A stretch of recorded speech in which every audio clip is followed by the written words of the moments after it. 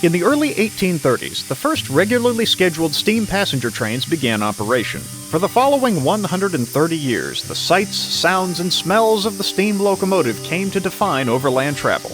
By the late 1950s, however, technology had advanced, and the steam locomotive was supplanted by other types of locomotive, primarily the diesel-electric. Though steam was gone from the industrial world, many people still had fond memories of traveling behind steam locomotives and wanted to keep those memories alive. Towards that end, a number of steam locomotives were purchased from the scrap lines by groups or private individuals intending to run them again. And run them they did.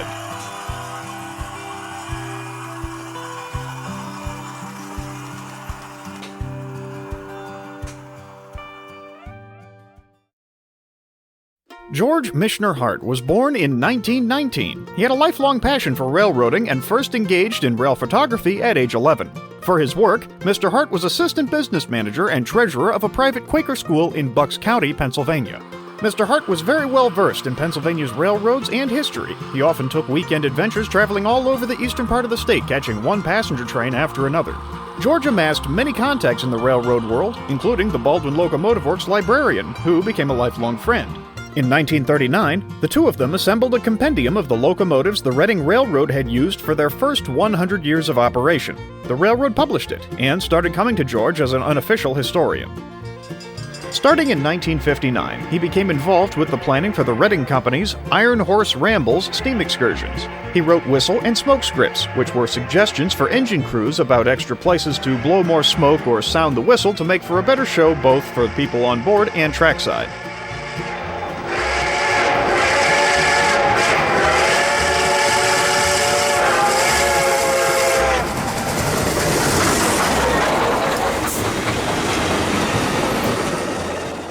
The Iron Horse Rambles came to an end in 1964. Wishing to continue working with steam excursions, Mr. Hart founded Rail Tours Incorporated that same year. Years earlier, Mr. Hart had met a private individual who had purchased a Lehigh Valley inspection engine, the Dorothy, for his own private use. This showed George that having one's own steam locomotive was indeed feasible. He purchased a pair of Canadian Pacific G5 class Pacific-type steam locomotives, some Reading passenger cars, and gained trackage rights on the legendary Maryland and Pennsylvania Railroad, better known as the Maw and Paw.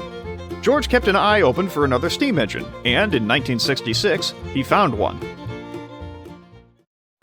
At over 500 members, the D10 Class 460s were among the most numerous of all the classes of steam locomotive on the Canadian Pacific Railway. One of these was number 972, a D10J class locomotive built in 1912. Number 972 spent its working career handling general freight and passenger traffic on the CPR right up until steam power was phased out. The locomotive was stored for many years, her future uncertain. In 1966, number 972 was purchased by Mr. Hart for Rail Tours Incorporated. Mr. Hart reportedly had been recommended to D10 number 975, but she was already in the process of being scrapped by the time Mr. Hart's representative arrived on CPR property. Number 972 was the last steam locomotive sold into preservation by the Canadian Pacific Railway. Mr. Hart would also purchase former Reading Company shop switcher number 1251 for rail tours, but soon found she was unsuitable for continuous running on passenger trains. 972's trip south of the border was less than uneventful. In Buffalo, New York, she was sent over the yard's hump like a freight car. She made it into the yard bowl in one piece, but the next cars to come down the hump left a mark.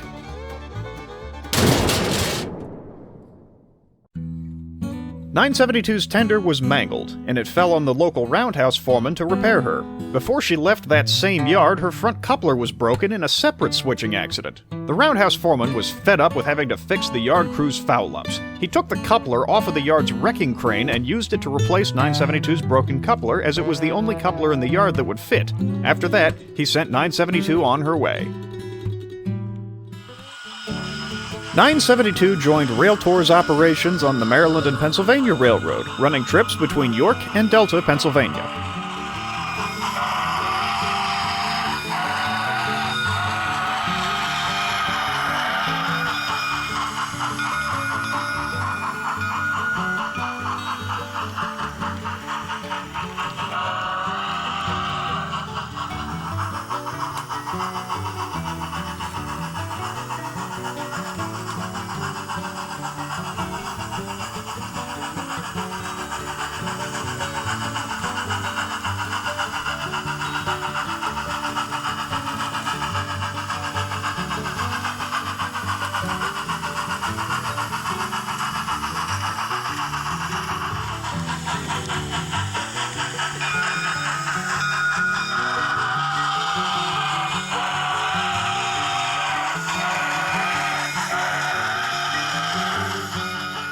972 and the G5 settled into this service nicely. However, more destinations were soon to call the Rail Tours fleet.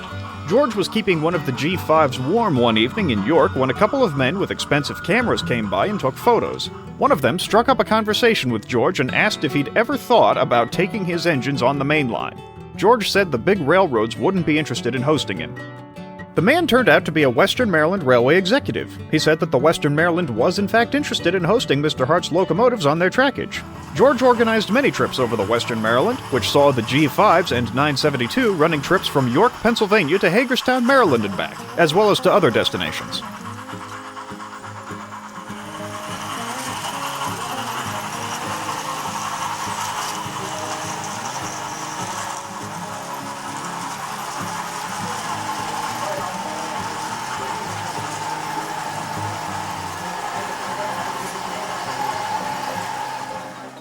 Also in the mid-60s, George's two large engines began to spread their wings a bit further. Ross Rowland's High Iron Company hired the pair several times for mainline excursions on the Central Railroad of New Jersey and other railroads. While they were out, 972 was always ready to hold down Rail Tours' own operations. George found the 972 to be a great engine, an engine that was always willing to give more than you expected of her. She quickly became his favorite. In 1968, George elected to sell the two Pacifics on to another individual who was looking to run steam excursion trains. From the mid-1960s onward, discussions were being held over the Pennsylvania Railroad Historical Collection. This was a batch of steam locomotives the Pennsylvania Railroad had set aside for posterity, but at the time they were just sitting at the Roundhouse in Northumberland, Pennsylvania. A museum near St. Louis, Missouri had been all but promised the collection if they could construct a building to house it, but the museum had not broken ground, so there was still a chance for the collection to stay in Pennsylvania. A committee was formed and plans were being made for a state museum to preserve Pennsylvania's railroad history. George was on a three-man subcommittee to decide on a location for the new museum. The committee and the Pennsylvania Railroad, later Penn Central, had a number of requirements for the location of this new museum. One of these was that the collection be displayed near an active steam railroad. The final two viable options were the East Broadtop Railroad in Rock Hill, Pennsylvania, or Strasburg, Pennsylvania. Strasburg was selected, and George was appointed as a museum curator in 1969, making him the first director of the Railroad Museum of Pennsylvania. By 1970, ground had been broken and a turntable was installed on the museum property. George oversaw the move of the historical collection and secured a few other pieces for the museum, including an 080 fireless locomotive and a rare Reading Company Hall banjo signal. George went to great lengths to secure some items for the museum. In one instance, he acquired the Pennsylvania Railroad's library at auction on behalf of the State Museum Commission while bidding under a false name. In another, he colluded with the Harrisburg engine house foreman to have a switch engine renumbered as the last E7 diesel and sent off for scrap while the E7 was hidden until the museum could come up with the money to purchase it. Also in the early 1970s, George was in need of a new base of operations for Rail Tours Incorporated, as the Maryland and Pennsylvania was trimming its main line down and the Western Maryland was getting ready for the merger that would form Chessie System. George moved Rail Tours Incorporated to Jim Thorpe, Pennsylvania, and took over the recently closed Central Railroad of New Jersey yard there. He signed a lease with the town of Jim Thorpe and acquired use of a branch line that ran west from Jim Thorpe to Hawk. This gave Rail Tours a base of operations that was located at a major rail junction and gave a number of options for long trips.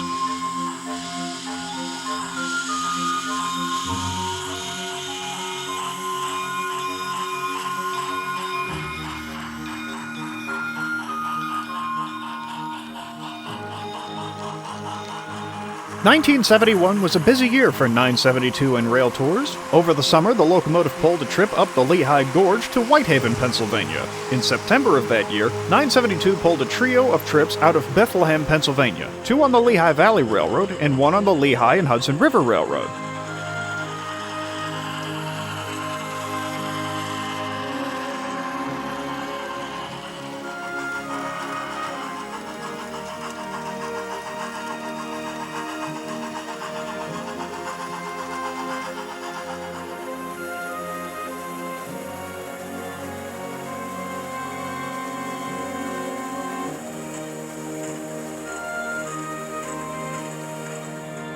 1975 was another remarkable year for George and rail tours. The Railroad Museum of Pennsylvania officially opened to the public, and 972 ventured out into New Jersey to doublehead an excursion train with former Florida East Coast Pacific type number 148.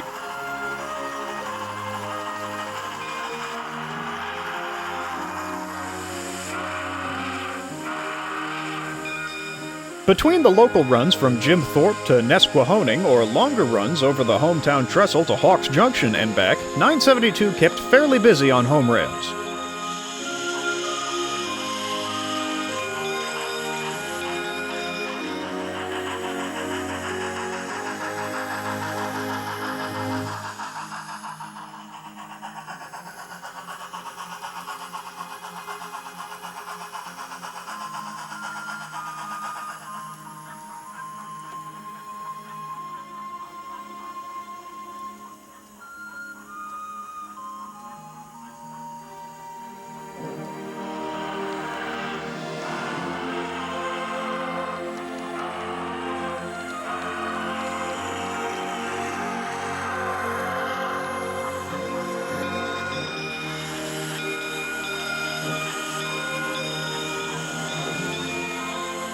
That being said, George seldom passed up the opportunity to take 972 over the road, and she traveled far and wide. For George and his crews, each of the trips on the Mainline with 972 was an adventure unto itself, and there's no shortage of stories still floating around about these trips.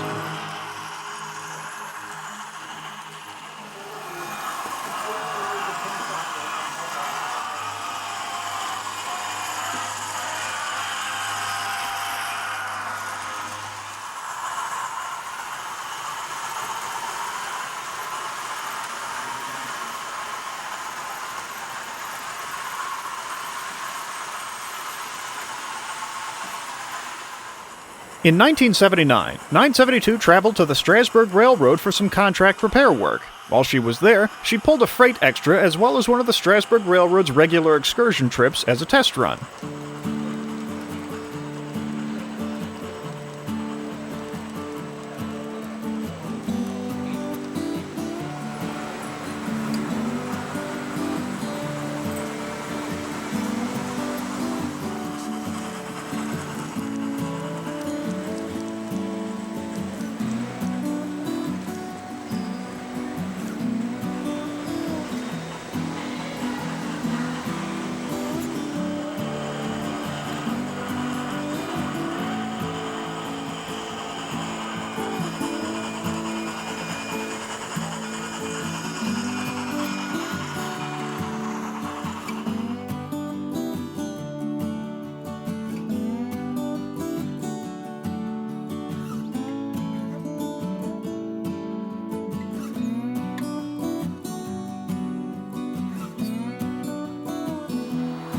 In 1983, number 972 pulled a special commemorative trip from Reading to Philadelphia, Pennsylvania.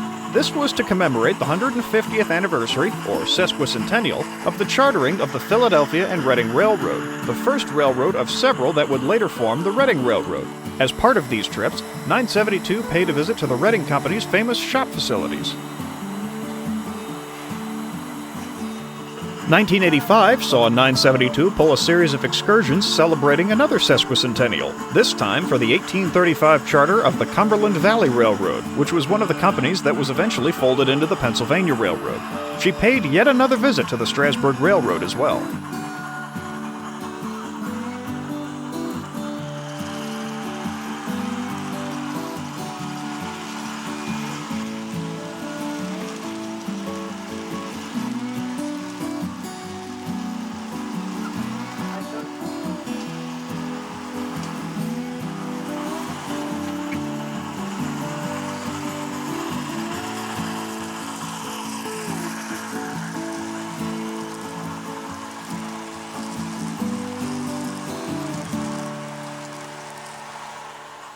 Later that year, 972 returned to York to pull a VIP special along the recently rebuilt Northern Central Railroad. The Northern Central had been wiped out by Hurricane Agnes some years back, but was reopened to New Freedom, Pennsylvania.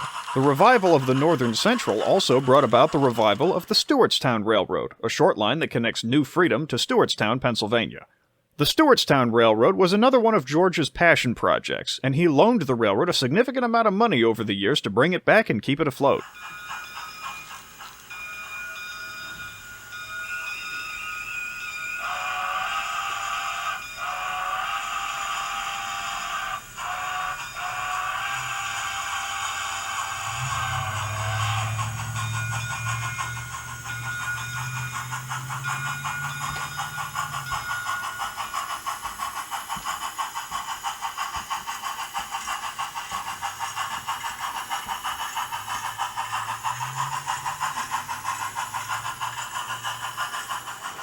Few could have guessed, however, that 972's time was just about up. One morning in 1986, 972 was being readied for another run, but a large puddle of water growing below the locomotive told a very different story. The locomotive that had always given more than expected of her had finally given all she had. Her boiler was no longer sound. 972 was transferred to the shops of the Strasburg Railroad in December of 1986, and work began. At the time, it appeared that while 972 was in a bad way, she was repairable. George was able to acquire another D10, number 1098, from the Steamtown Foundation in 1987. Rail Tour's operations continued as 1098 was readied for operation and 972 continued to receive care at Strasburg. However, George was not in a great financial position at the time. Work on 972 started and stopped for years. 1098 ran briefly at the end of the 1994 season, but would soon fall silent as well. In 1995, George elected to sell 972 to the Strasburg Railroad. With the locomotive now their property, the Strasburg shop forces got right to work on the 972. However, the old locomotive had been hiding a nasty little secret ever since she was built in 1912, and it reared its ugly head as the Strasburg crews attempted firebox repairs. According to a post on the Railway Preservation News forums by Rick Musser from the Strasburg Railroad, dated March 20th, 2013, he said, quote, "We bought 972 from George Hart in the mid-90s with the plan to have it in service by 2000. As work continued, we discovered several problems you don't usually run into on a quote-unquote normal rebuild. As we attempted to weld repair the mud ring, it would crack parallel to each bead.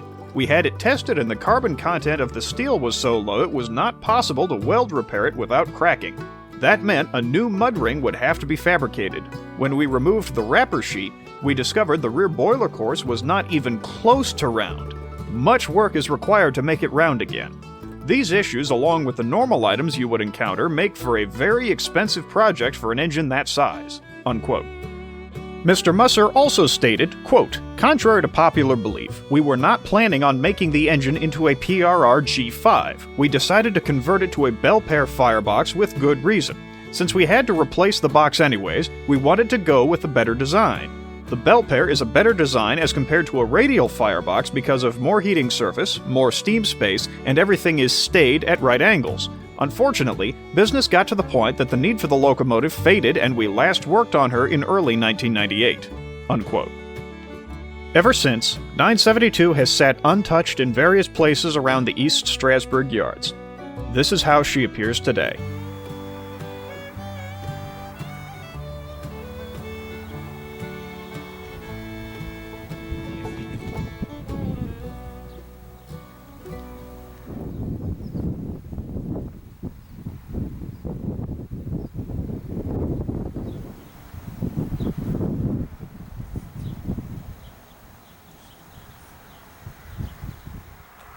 George Hart continued running diesel-powered trains with Rail Tours Incorporated out of Jim Thorpe until 2004, when the hometown branch, the branch line he had been running on, was acquired by the Reading and Northern Railroad.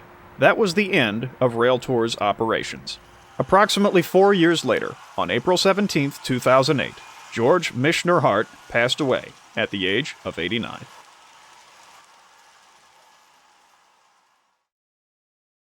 Aside from 972, George's other locomotives have gone on to a variety of places. George donated Reading 1251 to the Railroad Museum of Pennsylvania after her flue time expired, and she is still on display there today.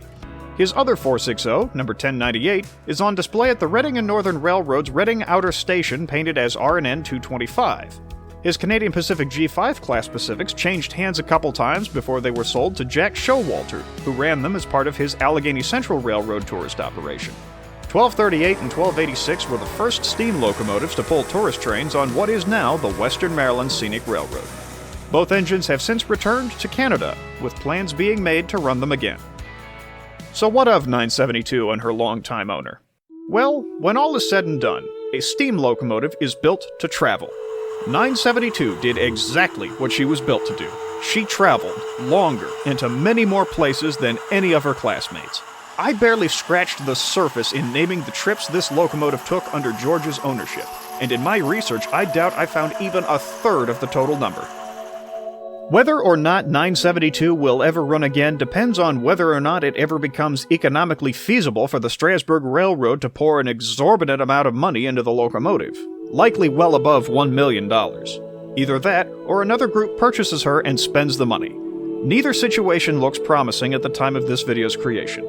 Despite her seemingly forgotten state, it's worth remembering her for what she was, a traveler who was always willing to go the extra mile.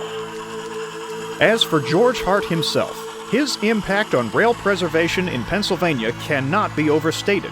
For more than 20 years, he played a role in keeping steam railroading alive in Pennsylvania and helped form institutions that will show many future generations what the railroads of Pennsylvania once were. Those who knew George said that he cared about people and loved to share his encyclopedic knowledge about Pennsylvanian history and railroad history. Many younger rail fans seem to know very little about him today, even though the museums and railroads he played a role in did a great deal to spark their interest in railroading. Even today, George's work continues to share that knowledge and love of history he was so passionate about. When all is said and done, this is what George Hart should be remembered for.